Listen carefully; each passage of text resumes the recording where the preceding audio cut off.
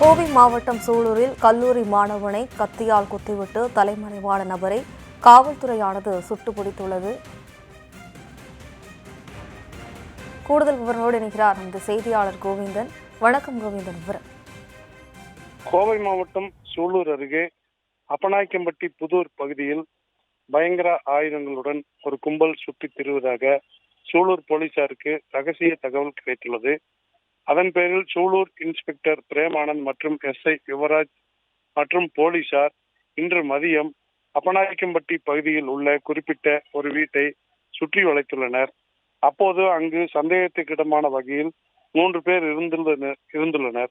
அவர்களை விசாரிக்கையில் அங்கிருந்த வாலிபர் ஒருவர் திடீரென அரிவாளை எடுத்து எஸ்ஐ யுவராஜ் என்பவரை வெட்டியுள்ளார். இதில் அவருக்கு காயம் ஏற்பட்டுள்ளது. உடனடியாக அவர் தற்காத்துக் கொள்வதற்காக தன்னிடமிருந்த துப்பாக்கியால் அங்கிருந்த வாலிபரை காலில் சுட்டு பிடித்துள்ளார். அதைத் தொடர்ந்து அங்கிருந்த 3 பேரையும் கைது செய்து சூலூர் அழைத்து வந்தனர்.